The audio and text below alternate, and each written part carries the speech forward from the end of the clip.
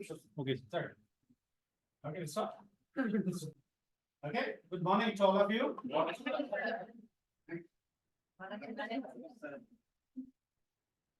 You know the topic. From Alangudi Mahajanam village to Argentina as ambassador. Today morning, I came from my village. It's about 35 kilometers from here. Took an hour by car. Now, Argentina is on the other side of the world, about 13,000 kilometers. You have to go by flight, it should be more than 20 hours. With 1 or 2 transit. But for me, this journey from my village Alangudi Mahajanam to Argentina was a intellectual and cultural.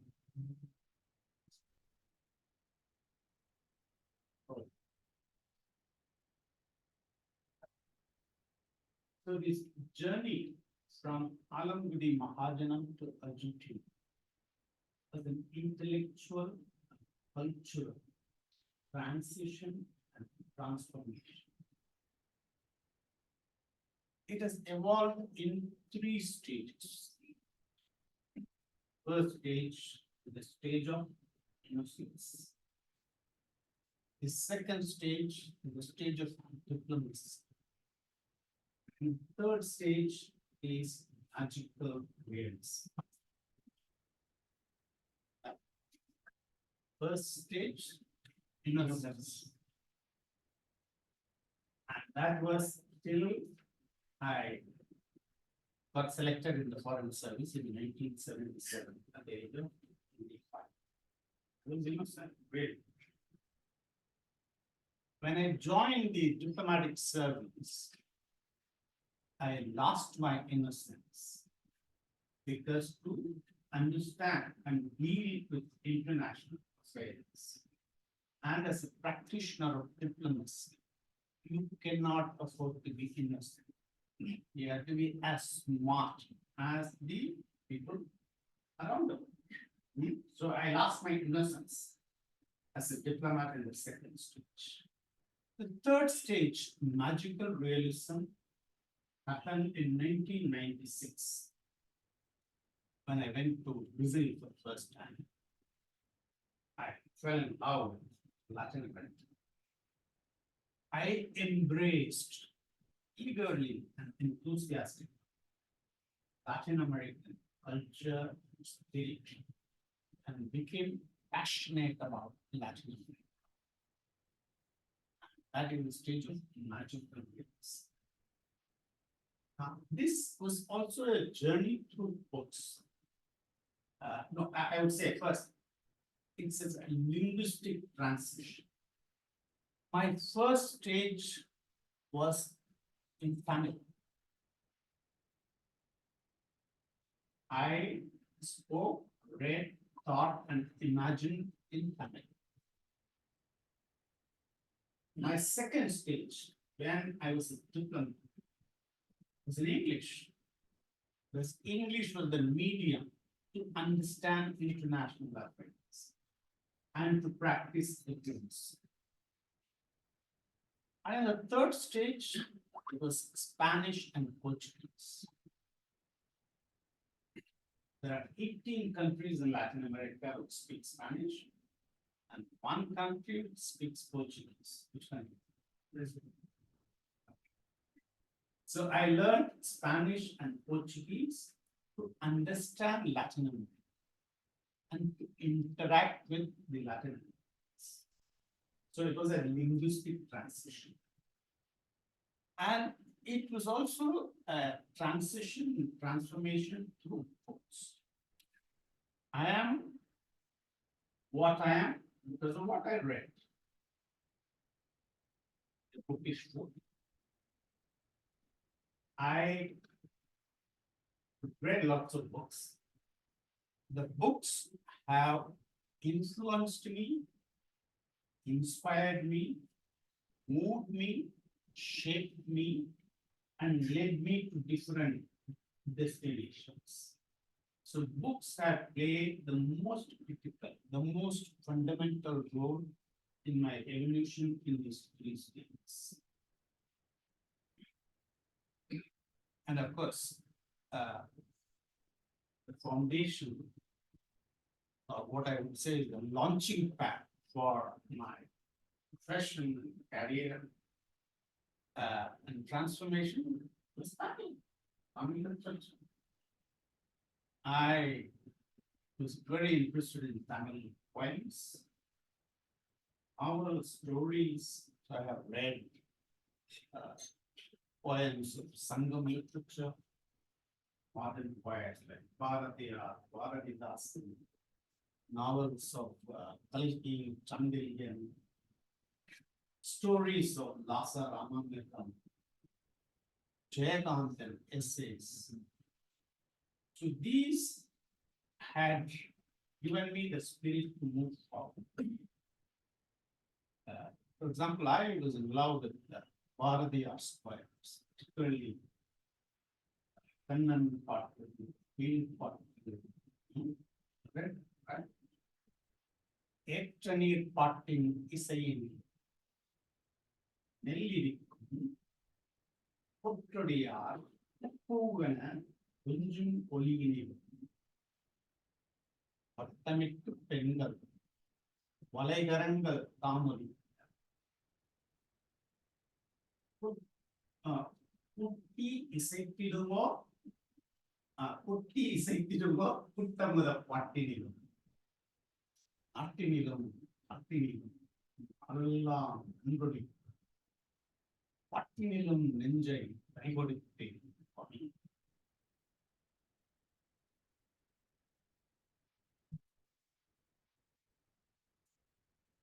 காதலை வேண்டி கரைகின்றேன், இல்லையெனில் சாதலை வேண்டி தவிர்க்கும். So this poem melted my heart. And I became a romantic, hopelessly in love. I was filled with love, overflowing with love. The only problem was Adalipar Yadni.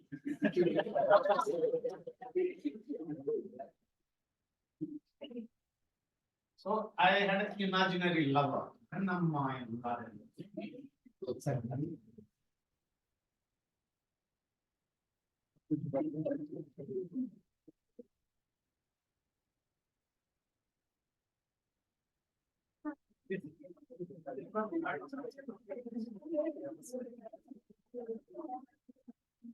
Okay, so I had this imaginary lover. அற்று வெளியினடை கண்ணும் நின்றன் காதலை எண்ணிக்கிறேன். So there was nobody காதலிப்பார் யாரும் இல்லை. So I had this imaginary lover கண்ணம். I was also inspired by epic poems. I like very much Silapari. It is a unique epic in Tamil and in world literature. I like the scene when you all know about this story, right?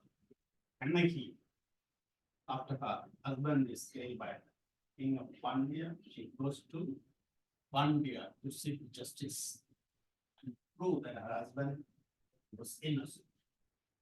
So she comes to the palace. There's a god guarding the gate. So she tells him, Vailoye, அறிவரை போக்கிய பொறியரை நெஞ்சத்து இறைமுறை பிழைத்தோன் வாய். Very powerful words. She shocked the god, saying that you are the god of this king who had done injustice. So he runs to the king, tells him, there's a woman, it's possessed, she's here. And so she's brought to the king. How does she address him? Does she say you are just oh, she says, Pera Manna Sepulinde. Oh, clueless king, I have something to tell you. And then she proves that the anklet wasn't the other one. So what, how does the king respond to this? One say kollan, tan sol ketta, no arasan, yane kalvan. Collapses and dies. This is remarkable in world literature. This is what 1,500 or 2,000 year old epic. And here you have an ordinary housewife. She goes to the king and tells him you are wrong in his face. And he accepts that he had done injustice and he dies. What you call it woman power? It's extraordinary for that age. It was revolutionary at that time. It's inspiring. Now, I said my first stage till 1977 is the age of innocence, right? And we, innocence manifests in many different ways. For example, there is a short story by Jay, in which there is a thief.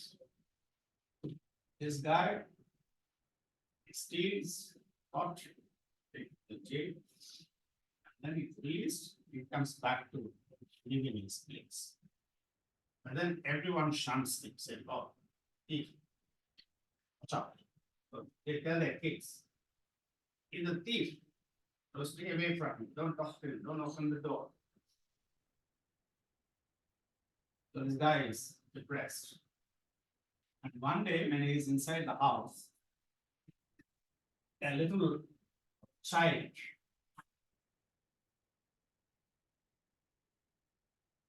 she comes and knocks on his door. He opens. She asks, are you a thief, uncle? No. Embarrassed, but he admits, yes, I am. Can you come in? Yes. She comes. She asks, are you good in stealing? Can you steal some candies for me from the farmers?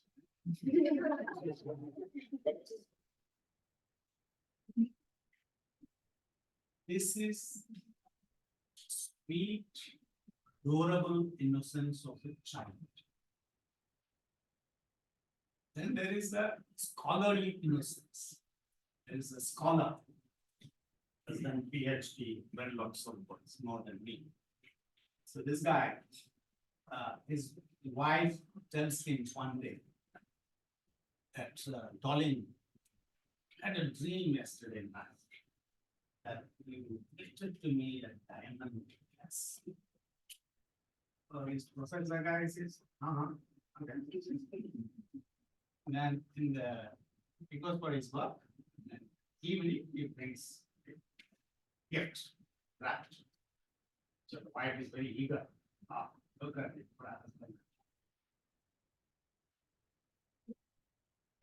He opens, and inside there is a book. The title, Interpretation of Dreams. He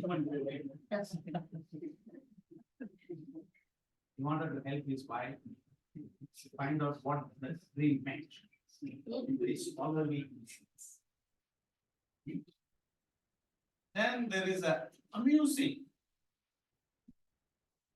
innocence of a married. There is this guy who is married. He was lucky, very good wife, pretty. And so he's very happy. He goes to the temple, he sings. You know what is this current Tamil month? He sings Marangali level Margaret. Alangudi level. Alangudi level. Incidentally, Malargalile or Malika is a novel written by Induman. One of my most favorite novels. So this guy sings, huh? Mahajanam level. He's so happy. So, thanks God. So God hears this and is curious. The first married guy I have seen is so happy with his wife. Let me check out. Huh? So God appears before this guy. So this guy says, God, you made my wife so pretty, good looking. God says, yes, son. And it is so that you know. And he says, God, you made us such a fantastic cook. She makes delicious gourmet. God says, yes, son, and it is so that you know. This is God who made us so kind, affectionate, gentle. Yes, son, and that's that you know. And the guy says, God, can I ask you one question? So he asks, God, why did you make us so stupid? Why did you make us so stupid? Yes, sir. I did it so that she loves me.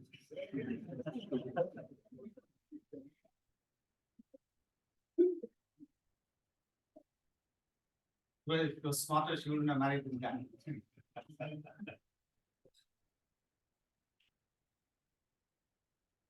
So that's how innocence manifests in different forms. I said from till 1972, I was in the age of innocence. I'll tell you some of the manifestations of my innocence. I was born in this village, Alangudi, Mahajanam. And this guy, Shankar, he's from the neighboring village.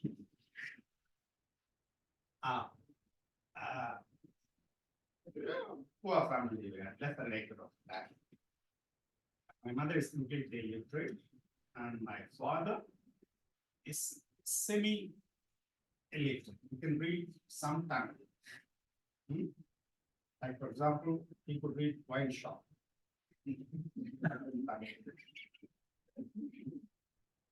And he could also count ace, queen, jack, 10.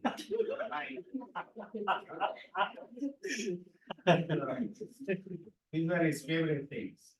Drink and pick. We were three brothers. I was the eldest one, I had two other younger. So, fortunately, I had a distant uncle who did not have children. So I was sent to that village when I was about 3.5 years old. And that village is known as Rara Muktirai Kotte. It's near Tanjore, from there about 10 kilometers. So I was brought up there. I used to go to my village only during summer vacation. So till I finished my BSc, I grew in this Rara Muktirai. And my uncle was a good man. He had some 7 acres of land. But he thought I would inherit his land and continue. And he didn't believe in education. He believed in Udundu Varvare Varva.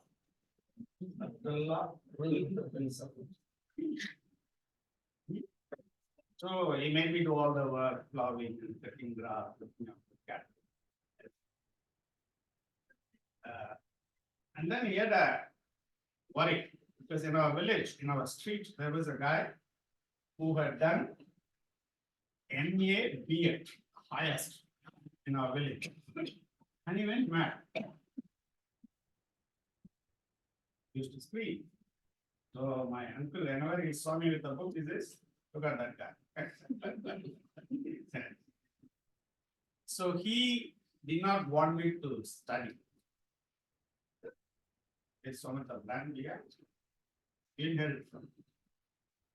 But I was studying to escape the work as much as possible. But still, I had to work during weekend and then before going to school and after coming back. So I went to the school in our village in Radhamatrakota, where we had a room bigger than this, and that room. There were 2 teachers, 5 classes, classroom. Then when I finished that, I had to go to a place called Mahajanam, 4 kilometers to the northwest of our village. They had a higher elementary school, 8th grade.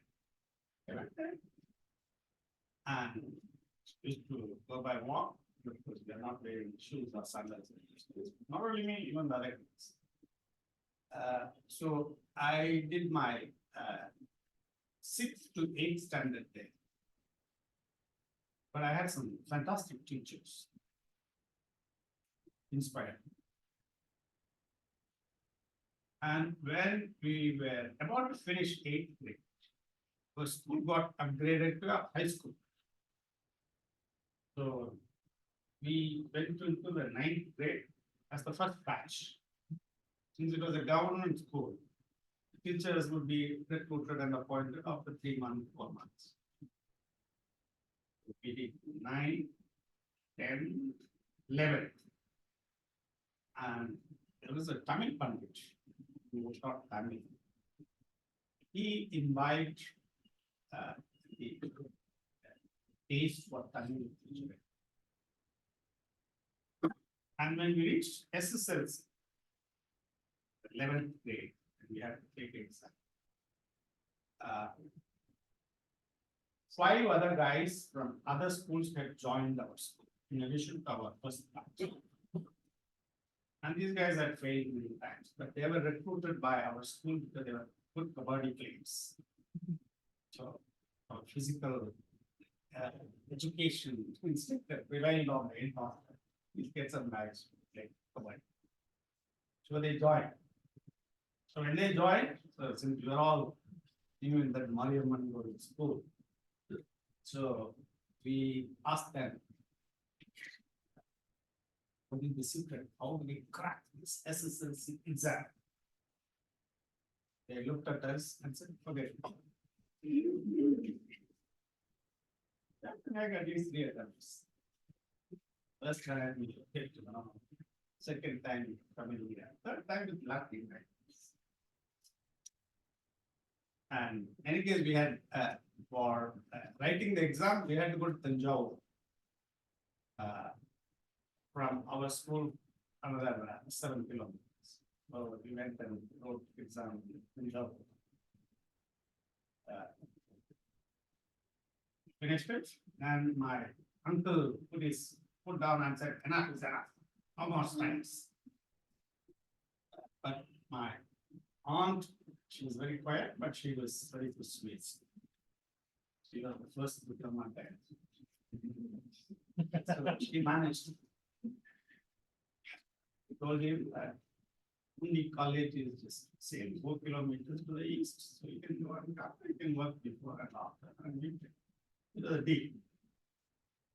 So I went to Undi Pushpam College or PUC. And I took a course called Mass Physics Chemistry. Reason I took that was there was a guy from another village, did PUC from our street. He failed a couple of times, so his books are available.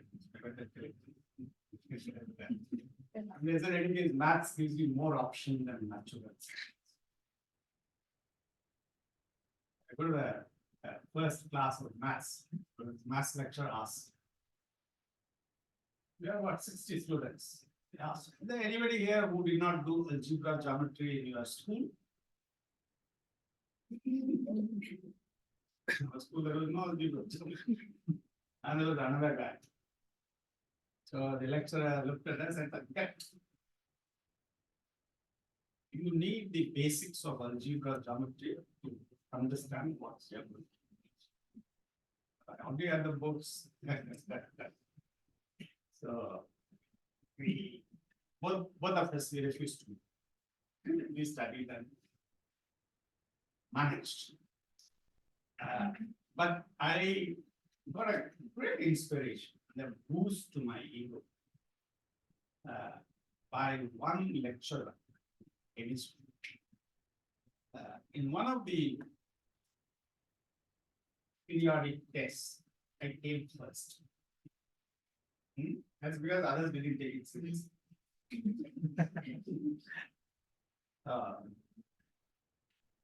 So these lecturers, so they read the marks and said, you are first mark. Where are you coming? Huh? And he asked me about my background, and he was very said. But so anything you need, come to me. And then from that time onwards, in every class, he would call me as Mr. First Mark. Not only to encourage me, but to put down those other guys who thought they were smarter. And then I went to BSc chemistry. And again, chemistry was advised that there are more options, jobs. Studied BSc chemistry, but we had one subject as Tamil literature. And there was a great Tamil lecture. But in his class, everyone will make noise and make fun of him. So we get all kinds of ruckus. So the only guy who listened to his lectures was me. I would sit in the first and listen to him. So he became fond of me. And sort of we bonded and he encouraged me, inspired me. Then the chemistry lecture. When I finished BSc, he said, you must go for it. But MSc means I have come to Chennai. It is money. So again, the diplomat worked backward. And anyway, my uncle was last stages, so said, let him go. So I came to Chennai. And when I came to Chennai to study MS in Trichy,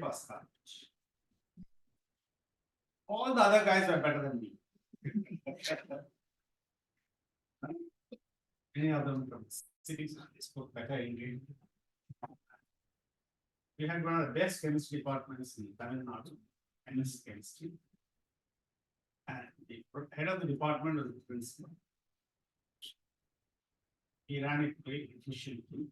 And most results, like even in my class, when we finished, the university first rank was secured by somebody from my class. Third rank, he got something like 28 or something. But the thing is, when you do MSc, you have to take a seminar. Every student, we have 18 students. So each one of us have to take a seminar. That means you choose a subject and then go and stand before the students and staff and give a talk for about an hour on the chemistry talk. And the first seminar, the principal would sit in the lecture, seminar. You know, the head of the department is also principal. He is a very powerful guy. Everyone has a friend.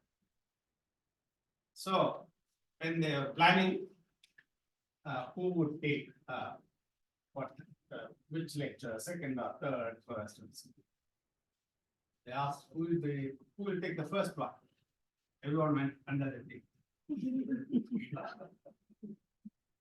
No one wanted to do it when the principal was sitting. They were afraid. But I was a fool. I was innocent. I didn't know the risk. I saw nobody. I said, me. Absolutely foolish. And innocent. Okay, so I put my hand, it got me. Then afterwards, all my classmates came, gave their condolences.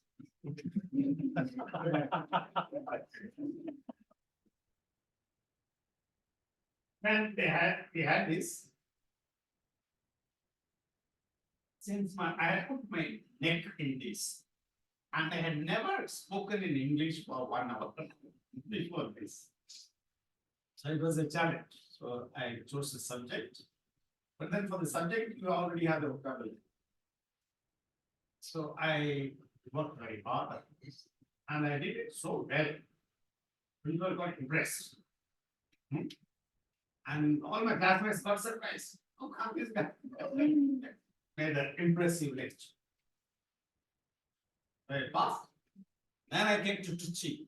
I got job as what they call as a demonstrator at the, which I say junior lecturer. Looks more respectful. So I taught for a year chemistry in Visual Park. But after 1 year, they had some local politics. I was grown up. Remember the job. And at the time, there were vacancies coming up in which I was college. So I went to this principal. Said, sir, I understand there are vacancies. I'm looking for a job. He said, John, you have seen my selling. You see, when you do something innocent and foolish and you take a risk, sometimes it helps. So I got a job immediately. So I was teaching. I enjoyed my I great fun, but there's no money. Then when I was teaching there for 2 years, I saw a classmate of mine who also joined as a demonstrator. So this guy during the intervals, we all sit in our coffee, gossip and stuff. So, but this guy will go and sit in our corner. Very serious. When I picked and said, what's this? I said, oh, I'm preparing for civil service.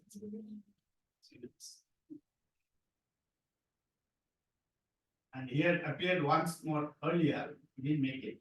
So he was preparing for the second time. I was a serious guy, more intelligent than being smart. Good guy. So since you are doing it, can I also join? Why not? So I joined. I know, I'm not like a slave. He got selected for Indian Revenue Service.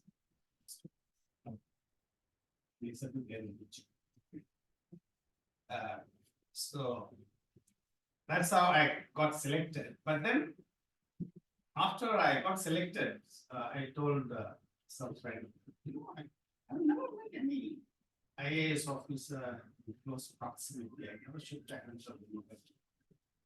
So somebody took me to the office of the district collector in Chennai. There was a lady called Rati Vinay. She was the district collector for Chennai. So she asked my background. I said, right, Ram Trakottai, Mariamman Govil. This is the North Indian Indian understand. So she looked at me and said, foreign service? How did you join foreign service? Why didn't you select foreign service? I said, I saw the prospectus that put first Indian Foreign Service and IAS. I put it in that.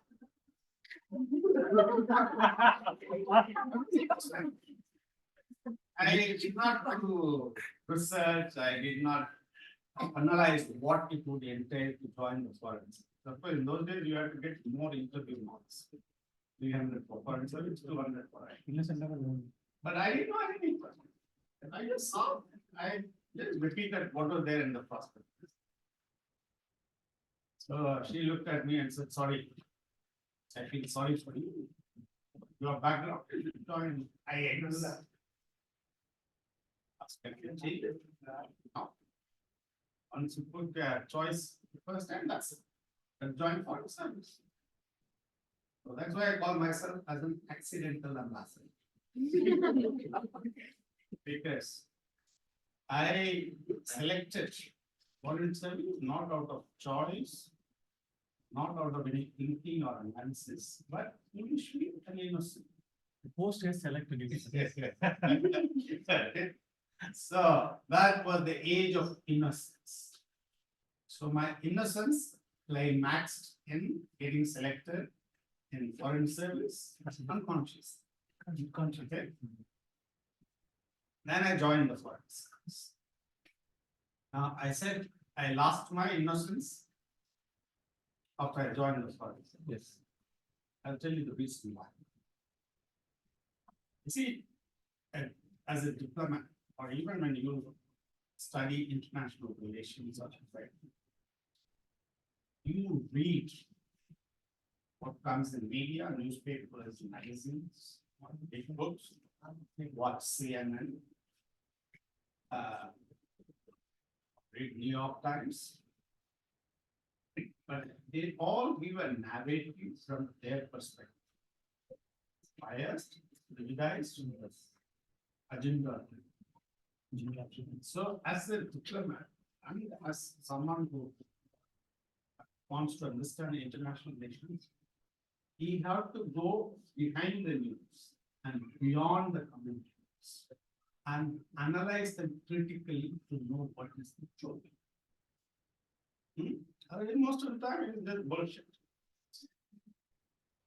For example, it's something called Ukraine war. It's nonsense. It is not an Ukraine war. It is an American war on Russia. Ukraine is a victim. It's being used. But is basically designed, executed by United States to weaken Russia and make it collapse and do a regime change and change Putin whom they don't like. It's simple. And it is also a war on Germany. Because Germany, which had committed this crime in the Second World War, and so they were rehabilitating themselves in the European Union by working with other people, and also with Russia. So they were importing oil. And it was win-win for Russia, win-win for Germany, but not for America. The Americans wanted Germany, and they accused them that, oh, you are over dependent on Russia, which is not good. What is their problem?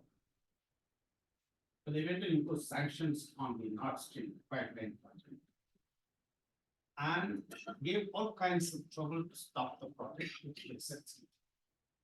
Because they wanted Germany not to become kind of self-sufficient in that area, but to go to other places. And they want to divide Europe, Western Europe, as well as the rest of Europe. And they said sanctions. They criticized India, saying that, oh, we have sanctions on Russia, which is illegal. They have no business to say who can buy or not buy from Russia. It's not a United Nations. It's American side. It's a unilateral illegal side. And they accused India of violating the sanctions. But guess what? Americans are buying even now uranium from Russia. The Europeans are buying uranium from Russia. It's going on for a couple of billions of dollars. Because if they stop imports, they cannot produce them locally. And they have to shut down these nuclear power plants. So they keep importing. And no one writes about it. You don't hear it in the media. They only say India is violating this.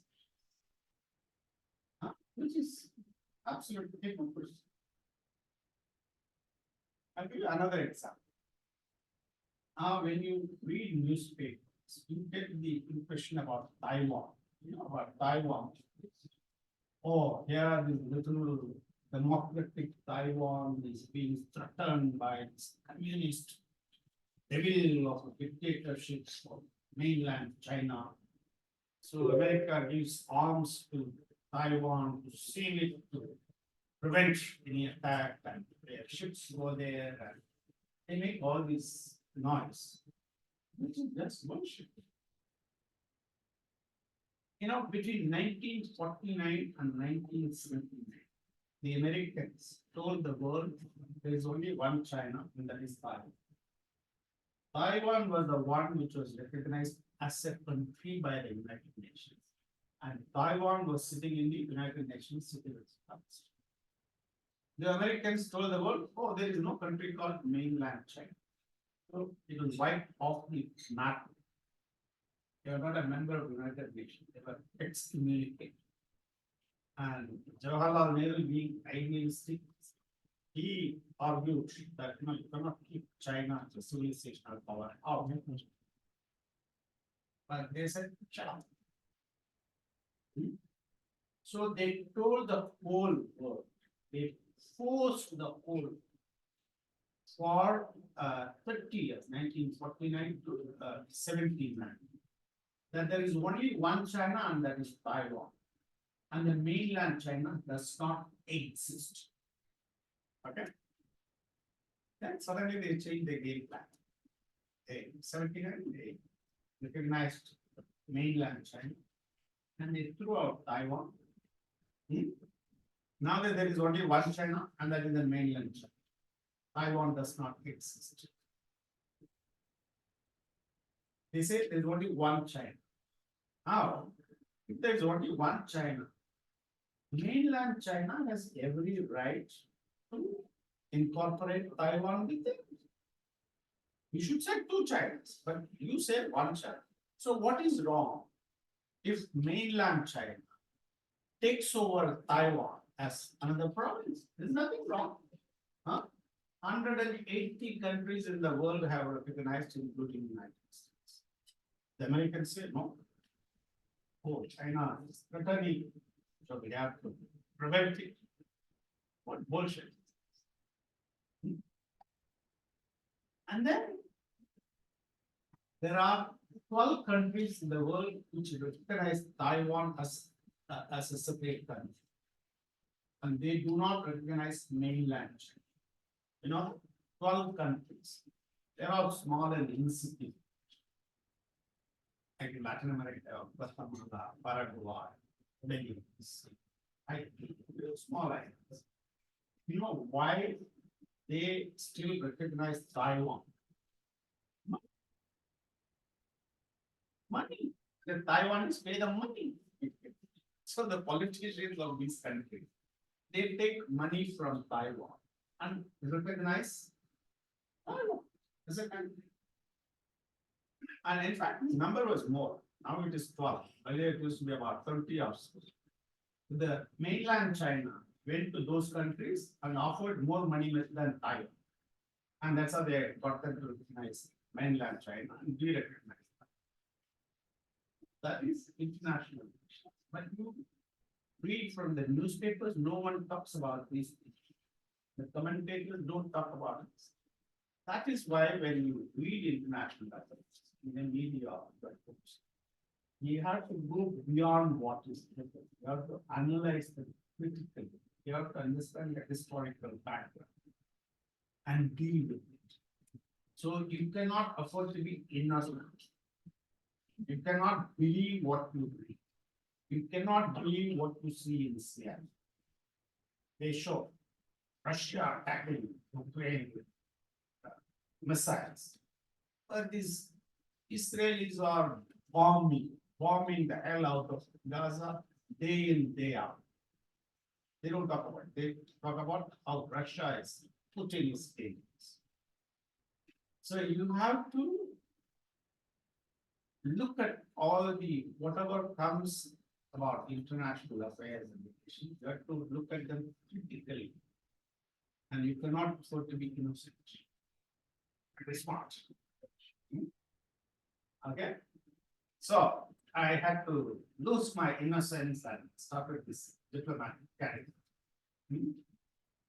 And to succeed as a diplomat, like my aunt, you have to be good in negotiation. And your goal is win-win. If there are two or more parties involved in a dispute or conflict, you ensure that everyone gets satisfaction or equal amount of dissatisfaction. And it should be a win-win for everyone, so that a resolution, the agreement will be long lasting. It's not like a lawyer. If you are a lawyer, what do you want to do? You win the case.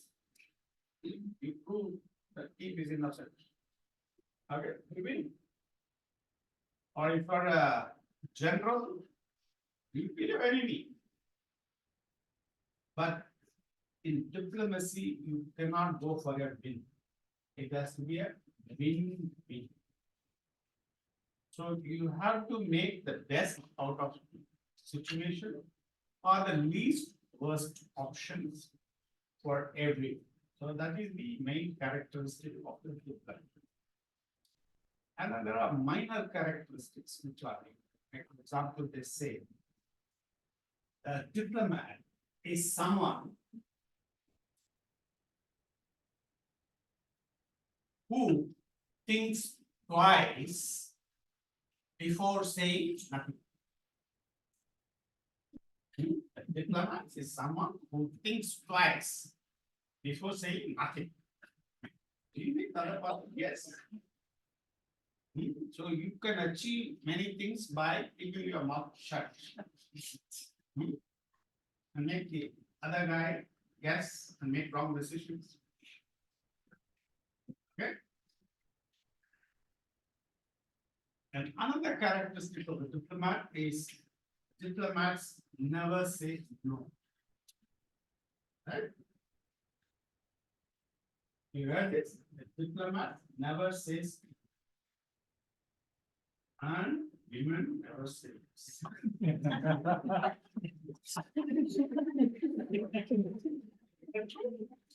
Not the boys.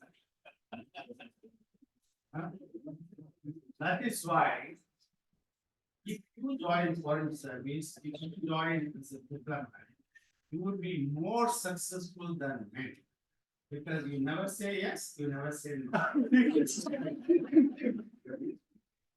So the opponent will be thoroughly confused. Make it easy. I would strongly encourage the women to join foreign service. You would be more successful than. Maybe they are diplomats there. And the diplomat, when he talks, he should talk pleasantly and persuasively.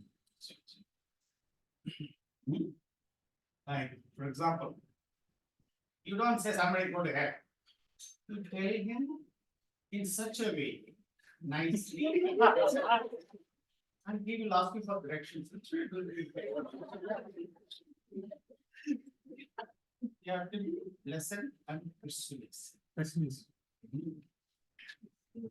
And of course, have any of you read Shankar's book, The India Way?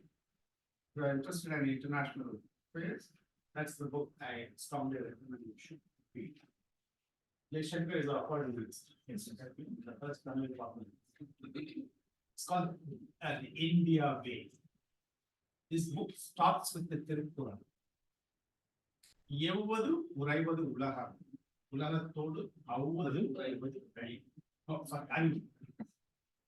So you have to see the trend in the world. You have to be flexible and dynamic and pragmatic. So you won't have doctrine left, right or non-alignment, that kind of things written on the stone. No, you have to have flexible and pragmatic approach. On issue, some issues, America will be your ally. Some issues, China will be your ally. So you have to play on all sides. Okay. And of course, there is one other characteristic of diplomats is like, for example, this glass half filled with water. Okay, so somebody doesn't look at this, he looks at this and says it's half empty. So how do you call that person? A pessimist. A lot of pessimists around. Okay, it is empty. And the other person looks at this and says, half full. What do you see? Half full. How does the diplomat looks at What? he sees this and say, oh, there is so much space, let's add some whiskey.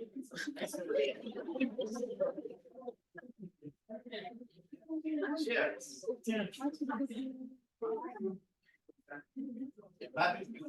That is why we have in the practice of diplomacy of cocktail parties. Cocktail parties, where you drink and talk. If you are inclined, you don't want to drink this.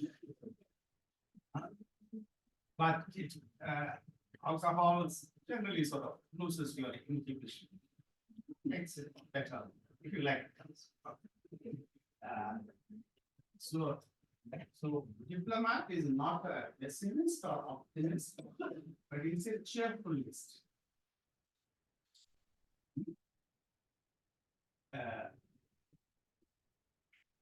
Now, I had done this diplomatic career. I Portugal, I went Pakistan, Libya, went to Mauritius. That's where Shankar and I worked together. Mauritius. And then I came to Delhi and then to New York. And when I was working in the New York in our mission to the United Nations,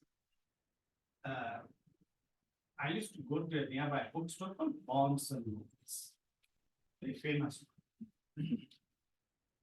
And while browsing, I found a title called Love at the Time of Cholera. Love at the Time of Cholera. But my reaction was, what kind of sick title is this? Huh? Love and cholera, not like clean pot. Love and cholera. So I was curious. I read that. I liked it. Enjoyed it. Then I read the book of Gabriel Garcia Marquez. And I read more books by him. Then I read a whole lot of other books. Mario Vargas Llosa, Octavio Paz, Carlos Fuentes, Isabel Allende. You'll find all these names in my website. I written all the book reviews for some of the books I have. So I fell in love with this Latin American magical realism. Magical realism. I would also say that my journey from Alangudi, Mahajanam to Argentina is like a journey from Malgudi to Makon. You know Malgudi?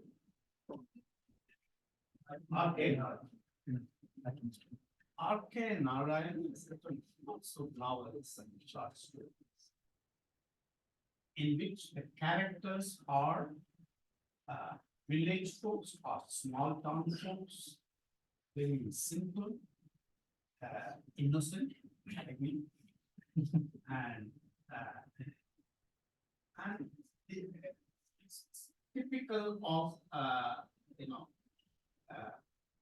simple living and high thinking, God-fearing Indian of the rural areas.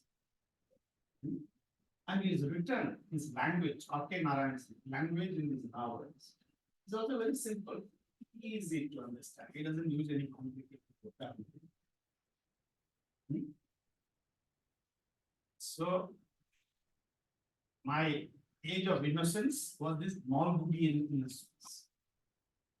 I think Malgudi sounds like Lalgudi, which is the nearest town of the world. It's 15 kilometers. So from the Malgudian innocence, the New York, after reading this Gabriel Garcia Marquez books, I took to magical realism. Because magical realism is the kind of literature which became popular in Latin America with all these writers, Gabriel Garcia Marquez. What is magical realism? Magical realism is blurring the line between fact and fantasy, between imagination and reality. You get lost, when you read a sentence of Gabriel Garcia Marquez books, the sentence will go for 2 pages, 3 pages. By the time you finish the sentence, you've forgotten how it started. So very complicated, complex language and colorful language. So that is magical. And I loved it. Here's something different from what I'm all doing in innocent language. So I went to Brazil. South concept. Then I went to Venezuela as ambassador. Later I went to Argentina. I spent 12 years. And I focused on promotion of business with class. I used to have a website and publish some books. Because the Indians did not know much about that. Businessmen, policy makers, and others. And not only that they did not know enough about this, and they had all the wrong information, given by New York Times, Wall Street Journal, and CNN. Okay. People thought, oh, it's all military dictatorship, hyperinflation, economic crisis, default. So it was known as a unstable region, prone to crisis. But I went beyond that. I'll tell you how a diplomat has to work, not innocent. Like, for example, in 1999, there was a devaluation of Brazilian currency. There was a crisis. International media like Wall Street Journal, New York Times, oh, Brazil's crisis, that's for sure. So I sent out a newsletter to businessmen in CII, saying that Brazil is in crisis, a fantastic opportunity for Indian business. I said, when the Brazilians are rich and prosperous, they won't look at you. They go to Miami, they go to Frankfurt, they go to Tokyo, they go to New York, and they have a lot of money. And now, because of the crisis, those Japanese and German businessmen, they don't want to come. They are what? So at this time, you come, you go, have coffee with him, have a drink with him,